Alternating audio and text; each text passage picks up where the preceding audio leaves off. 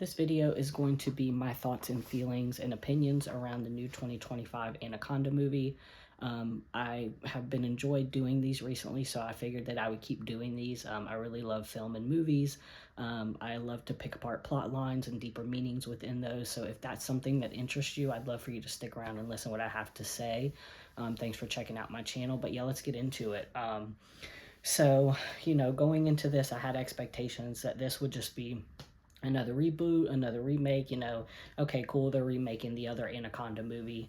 If I'm being honest, part of me wasn't even going to go see it in theaters. I was going to wait until I got home, or wait until it came for at-home viewing to be able to watch it, because I thought it'd be just another goofy buddy comedy, which I do enjoy, but a lot of times I like to save my cinema viewing for something like Marty Supreme, or something that I feel like I'm going to get more out of, or that it's going to be a better cinematic experience. But I was surprisingly surprised. It was actually a really great movie. I have a really good or bad, I guess it depends on how you look at it and what kind of movie viewer you are, but I have a habit of going into movies and reading deep within subtext and context and plot lines. And I'm a lot of times one of those movies that, I've been to movies with friends or seen movies with people, and they're like, yeah, that was just a funny movie, and I will get so much more from it. Like, I'm a very deep thinker. I think about things. I love for things to provoke thought, and find deeper meaning in things, whether that's books, movies, songs. That's just something I've always really enjoyed. So yeah, I love the original Anaconda movie. It was a big part of my childhood. Obviously, Ice Cube and Jennifer Lopez are legends. That doesn't even need to be said. But yeah, it was fun to see them have a cameo in the movie. I didn't expect that, but that was pretty cool. But yeah, for me, this Anaconda movie was completely different than the other one, as far as what they were going for, or as far as what I got from it. And I just wanted to break down, I've got about 8 or 9 plot points here that I just wanted to break down and give my thoughts on. The first one I've got here, and I do have my notes off to the side, so if you see me looking, that's just me making sure that I stay on track, because I love to ramble. We've got a life that works but doesn't feel right. The biggest, opening plot point is the fact that, Jack Black's character is a wedding video maker. He likes to call them films, but they're videos. And that's a big thing they go back and forth with. But, you can tell that he has taken this job doing wedding films or wedding videos, just to fill a place in his heart, or fill something in his soul or in his spirit that he feels like that he's always wanted to do, that, he feels like filmmaking and directing and, making something big and magical and special is part of what he was called here to do. It's his love, it's his passion, and you can tell that the job that he does have, he just has that just to try to fill even some semblance of that hole. It's not successful, and you can tell that he's not happy, but, his life is okay, but it's not what he wants. He's got a great family, he's got a kid that he loves, a wife that he loves, but you can tell that there's still something really big missing. I love the part that they did at the beginning. There will be some slight spoilers in here, warning, so if you want to click off now, that's fine. But I love the part they did at the beginning when, the couple is coming in to have a film made, and he's got all these storyboards, and he's going through and, giving them ideas for all these scenes about how they told him that they love horror movies and they're big fans of horror. So he wants to remake these, or he wants to make their wedding film into a horror film. And they end up going with saying, we just want something cute that you did for our friend. I can't remember the friend's name, but we just want one of those cute wedding videos, excuse me, that you did for her. And they end up wanting something where they're kissing, and then there's the I Don't Want to Wait song that's kind of the funny arch of the whole movie. But yeah, they ended up wanting just a basic, wedding video that they could send to everybody, but I just thought it was hilarious. I could definitely picture myself doing something like that if I had that kind of job, is like, hey, like, let's incorporate, you love horror, let's incorporate some of that. Like, let's put some gore, or let's put you hiding or running from a killer or something like that. I don't know. I could definitely see me doing that if I had that kind of job, but I just thought that was hilarious. We've got creating just enough to stay comfortable. Again, I went back to that. I kind of pointed to that in the first pinpoint, which was, he's doing just enough. He's scratching that itch just enough to feel like, his life has meaning. He has purpose. He's actually, he's able to kind of convince himself or, disassociate enough to think, this is my purpose. I'm creating. I'm a filmmaker. I'm a director. This is what I was meant to do. He's covering it up and giving it that surface level of this is what I was meant to do just because he is making films. And, obviously there's so many different, levels of fulfilling your passion. Like, a lot of people go through that with like a lot of people, and I did it myself, will talk about, hey, I want to create a YouTube channel. I want to, start making shorts, or I want to start creating content on TikTok or Instagram or whatever the case may be. And we talk about it. I know for me, I personally talked about doing it for, I don't know, 3 to 4 years, maybe longer. It's been quite a while. I've always really loved talking to the camera. I've always been, as you can see, I'm not someone that struggles to speak. Like, I love talking. I love having long, deep conversations with people. It's one of my absolute favorite things to do. But I've talked about it for so long and I just never pulled the plug. And, I've had this channel for a little bit. I've had this actual channel for about 5 or 6 years, but as far as creating content on it, I've kind of reinvented it a few times over the past, I don't know, 2 or 3 months. And this is kind of what I've landed on. This is something I'm truly passionate about. It brings me a lot of joy and fulfillment, and I love it. My big side note, aside from Anaconda, if you have something that you do love doing like this, like, and I say this in pretty much every video I do, but if you find something that you truly love doing and that actually truly brings you passion and joy and fulfillment, do it. Even if nobody ever views these videos, or even if just my close friends and family are the ones that give me 5, 6, 7, 10 views, that is fine with me because I'm doing something that I truly enjoy. I love movies. I love shows and books and stuff like that. I love breaking apart plot points, and I love breaking apart, what the deeper meanings were and stuff like that when I'm watching these movies. So this is something I could see myself doing forever. Even if I get nothing from it, I get joy and fulfillment. But that's one thing that I do recommend for you. If you have something out there that you've always wanted to do, even if it's not create a YouTube channel, if it's, maybe you've wanted to always be a fitness coach because you love fitness. Maybe you've wanted to start getting into cooking or take it a little more seriously because you love to cook. Maybe you love to play basketball. Maybe you love to knit. Maybe you love to swim and you would love to do it professionally. Like, whatever that is, even if it's something that you just have as a hobby, but that you could see yourself doing forever and truly being passionate about it and keeping that spark and learning and evolving and getting better, I recommend you pursue that, even if it's just as a hobby at first, even if you just do it for yourself. If it truly does fulfill you and light you up and make you passionate and bring you true joy, something will come of it, whether it's, self-growth, self-awareness, learning, making yourself better, whatever that is. Maybe you'll turn it into a business. Maybe, I don't know, but I do recommend that you chase those passions, chase those dreams. Don't push them off forever because, again, another overarching theme of this movie is we only have one life. Pursue the things that make you happy. Don't wait. Don't settle for less. Don't settle for comfortability. Make sure you are pushing yourself and challenging yourself. Even if that's something that you've been scared to do, just do it. Just take one step. Um, but enough of the motivational stuff. We'll get back to the movie. Knowing you've waited too long, that's another big one. You can tell this temporary phase has lasted longer than it was ever meant to. You can kind of tell that when they're coming back and they're kind of talking about, wanting to go make the film and stuff like that. And they, finally do jump into it.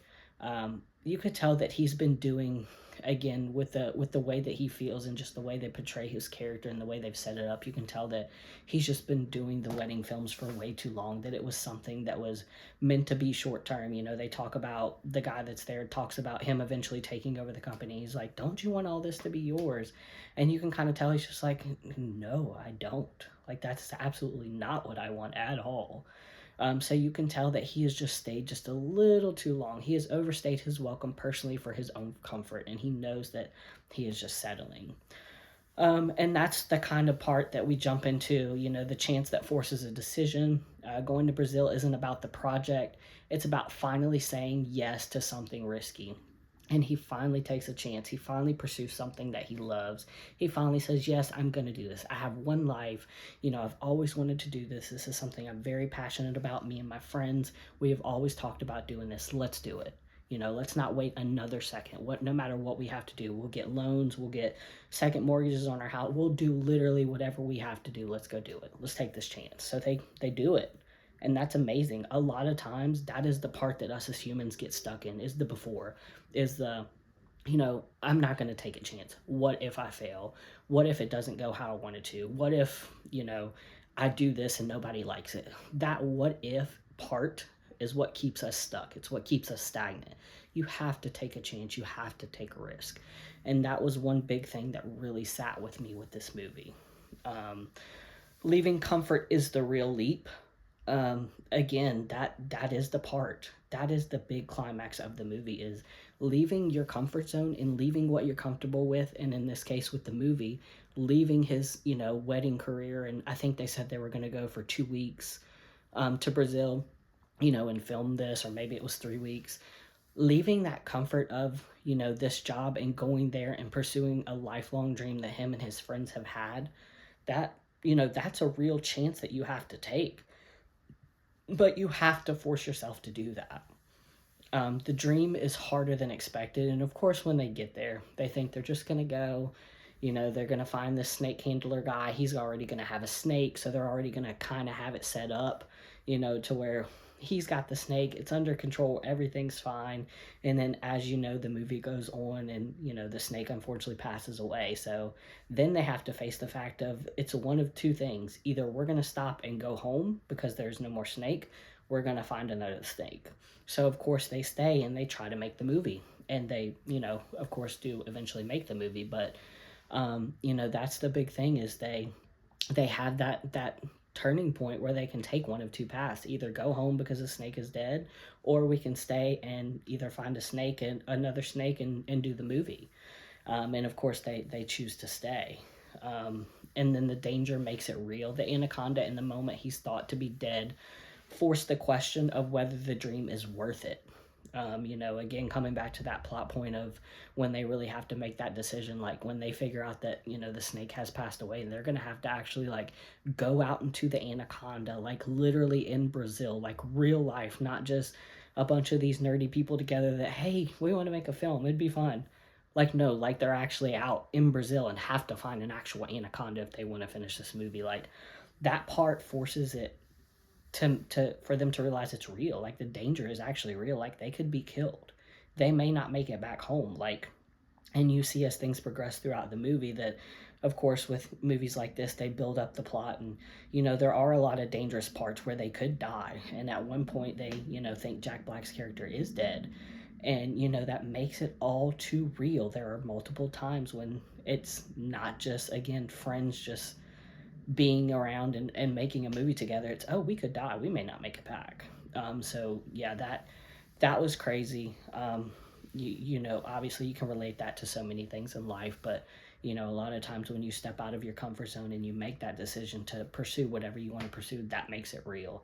Especially if you decide to, let's say, pursue a YouTube career, or you decide to take a golfing hobby or something like that, and let's say you have savings saved up or whatever, and you're like, okay, that's fine, I'm going to quit my job, or I'm going to go on FMLA, or I'm going to take vacation time for 2 or 3 weeks that I've had saved up, and I'm going to go pursue this and give it everything I got.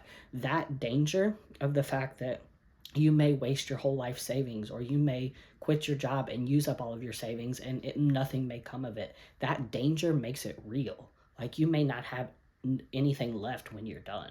And you may have to face the realization that this was all a waste of my time and money. And, that's obviously a scary place to be. And then it comes all the way back to the end. The end isn't what he imagined. He doesn't get huge fame or studio success, but he does finish something real. And that's kind of bittersweet. He went out again to Brazil and he made this movie with all of his friends and he had fun. And, there were a lot of very challenging times with real life threats, like I said, forcing the fact that he could die, but also, there were real life situations with relationships between them, whether romantic or just platonic. And he did all this, and even in the end, it wasn't what he imagined. Like, you know, he wanted this big remake, and he thought his friend had the rights to the Anaconda movie, and he wanted this big remake of the Anaconda, and he wanted to sell it to Sony or whoever. He wanted a big studio to buy this and be the next best thing.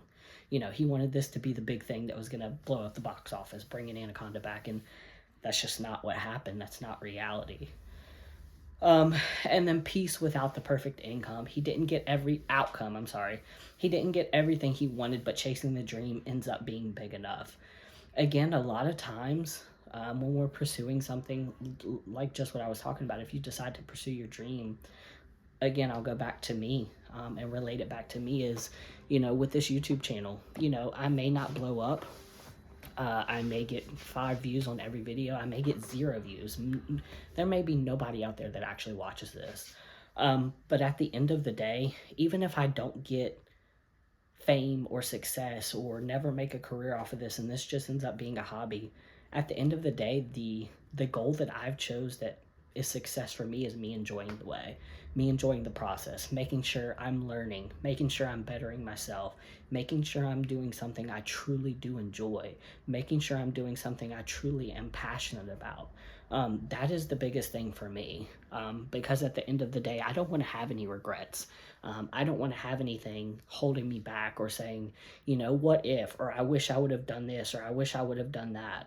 I want to make sure that at the end of the day, at the end of my life, and at the end of every day when I lay my head down, I want to make sure that I can say, I feel good about today. I gave it everything I got. You know, I may not be the biggest YouTube star. I may not have any viewers, or I may end up having 6 loyal people that follow me till the wheels fall off. That's fine with me. The biggest thing that I am honestly trying to do with these YouTube videos is build community. If you also like to hear me ramble about random movies, that's great. That's definitely a bonus. But the biggest thing I am trying to do with this YouTube channel and these videos is build a community. I would love to build a community of people that are like me, that love movies and films and video games and nerdy tech stuff. Like, I would love to build that community. And I feel like my people will find me. I know that my people are out there. I know that there are some odd, quirky people out there just like me because I watch them on YouTube. You know, a lot of the people, you notice patterns, especially after you start to create YouTube content, you notice patterns of like the type of people that you choose to follow. Like, you're like, oh, I see myself in them. And you kind of get that outward realization that like, oh, now I see why I truly do follow them. Because, you know, sometimes you'll have people that you've subscribed to for years. Like, I've had some people I've been subscribed to for 10, 15 years, or since YouTube even started. And I'm like, why do I follow these people? Like, obviously I enjoy the content, but it's like, if you get down and you get philosophical and you really think, you're like, why do I follow these people? Like, what do I get from it? And you'll start to see these little things or these little pieces of similarities that you see in them. So yeah, it's just fun to sit back and think and reminisce. But yeah, I hope you like this video. Again, with my videos, there's always going to be a lot of rambling.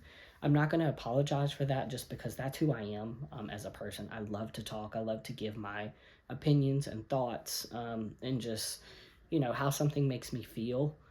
But my big wrap up for this channel is, again, if you have something that you love and you enjoy, pursue it. It doesn't matter what it is. It doesn't matter how silly it may seem. If it brings you joy, it brings you passion, it brings you fulfillment, and it's not hurting anyone, there's literally no harm in it. Do it. Do what makes you happy. Do you not want to wake up every single day and have something that you truly love? Obviously, you have family and friends and children and pets and things like that, but outside of that, like, as something you can call your own. Wouldn't you love to have something that you've built with your hands, or that you've given your full time and effort and love and passion into? Wouldn't you want to say you have something like that? I know I do, and that's what this YouTube channel is.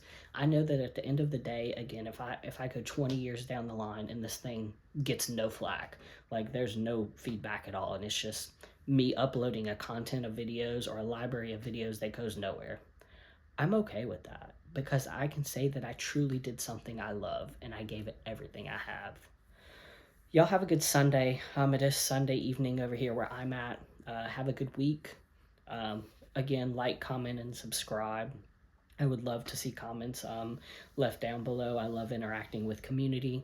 So if y'all have any video suggestions, any shows y'all want me to talk about, any movies, any books, if I've read them, I'm more up to date with movies and shows.